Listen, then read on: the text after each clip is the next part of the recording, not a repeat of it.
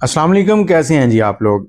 नौजवान सुबह उठते हैं तो रजब भट्ट की माँ और बहन को देखते हैं, दोपहर होती है तो डक्की की बीवी को देखते हैं और शाम होती है तो जुल्करनैन की कमल को देखते हैं। सारे ठरकी लोग सारा दिन इनको देखते हैं और फिर जब सोने लगते हैं तो बिस्तर पर लेटकर कहते हैं कि हमारे पास कोई भी कंटेंट आइडियाज़ नहीं है, हम कंटेंट कैसे बनाएं, हमें कंटेंट बनाना नहीं आता।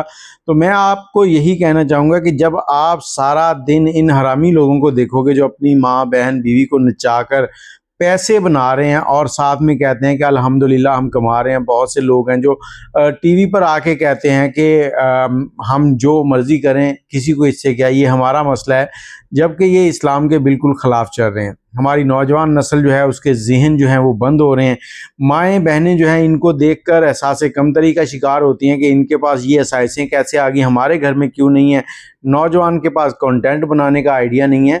तो जितने लोग कंटेंट बनाते हैं वो इनको नहीं सुनते, वो उन लोगों को सुनते हैं जो कंटेंट क्रिएट करते हैं ताकि उससे नए नए आइडियाज़ आएँ। कुछ कंटेंट लोगों का होता है, कुछ उनके अपने दिमाग में आता है और हर बार एक नई चीज़ बन के सामने आती है।